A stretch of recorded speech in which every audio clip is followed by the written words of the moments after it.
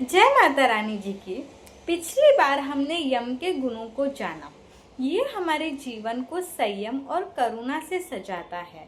आज हम साधना के अगले चरण नियम पर चर्चा करेंगे। नियम वो पद है जो हमारे हृदय को शुद्ध करता है। यह हमारी साधना को अमर सुगंध प्रदान करता है। तो आइए इस यात्रा को प्रारंभ करें। नियम पतंजलि के अष्टांग योग का दूसरा चरण है। ये 5 व्यक्तिगत सिद्धांतों का एक सुंदर समूह है। ये हमें अपने शरीर, मन, आत्मा को पवित्र करना सिखाता है। नियम का अर्थ है आत्मा अनुशासन की मधुर छाया। यह कठोर बंधन नहीं, अपितु एक मार्ग है। यह मार्ग हमें अपने भीतर की संतुलन और शांति देता है। नियम हमें सिखाता है कि अपने जीवन को कैसे संवारें। इससे हमारी साधना मजबूत होती है। हम अपने आध्यात्मिक लक्ष्य के समीप पहुंचते हैं। नियम के 5 सिद्धांत हैं। आइए इन्हें जानते हैं। पहला, पवित्रता।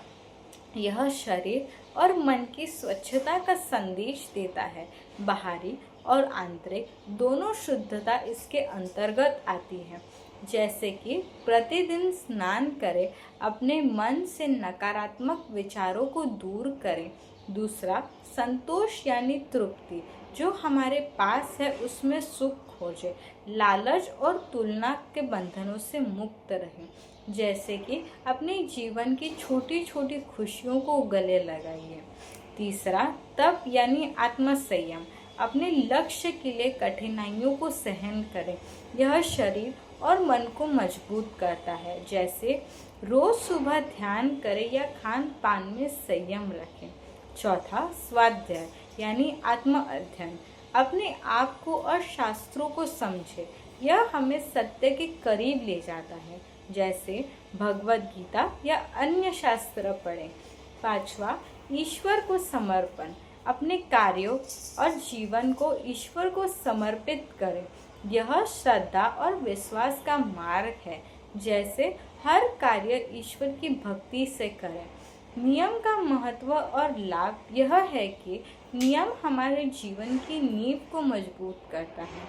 यह हमें अपने भीतर अनुशासन की ज्योति को जलाता है। हमारी साधना को अखंड शक्ति प्रदान करता है। नियम का पालन करने से हमारा मन निर्मल होता है। हमारा शरीर स्वस्थ और बलवान रहता है। हमारी आत्मा शांति का अनुभव करती है। यह हमें सिखाती है कि सच्चा सुख अपने हृदय में है या बाहरी उपलब्धियों की दौड़ में नहीं। इससे हमारा आत्मविश्वास बढ़ता है। हमारा जीवन और सार्थक बनता है। आइए जानते हैं कि नियम को अपने जीवन में कैसे अपनाएं। नियम को अपनाना हमारे लिए सहज हो सकता है। प्रत्येक सुबह अपने हृदय में संकल्प करें, आज हम अपने तन मन को शुद्ध रखेंगे या अपने मन को तृप्ति का भाव लाएंगे। अपने दिन को एक तीर्थ यात्रा के भांति जिएंगे। हर क्षण स्वयं से यही प्रश्न पूछें, क्या हम समर्पण से चल रहे हैं? छोटे छोटे कदम उठाएं, जैसे श्लोक पढ़ा करें सुबह या किसी को हृदय से धन्यवाद दें। ये कदम हमें अपने साधना के शिखर तक ले जाएगा। अगली बार हम आसन की बात करेंगे। तब तक सकारात्मक रहे, साधना करते रहें। जय माता दी।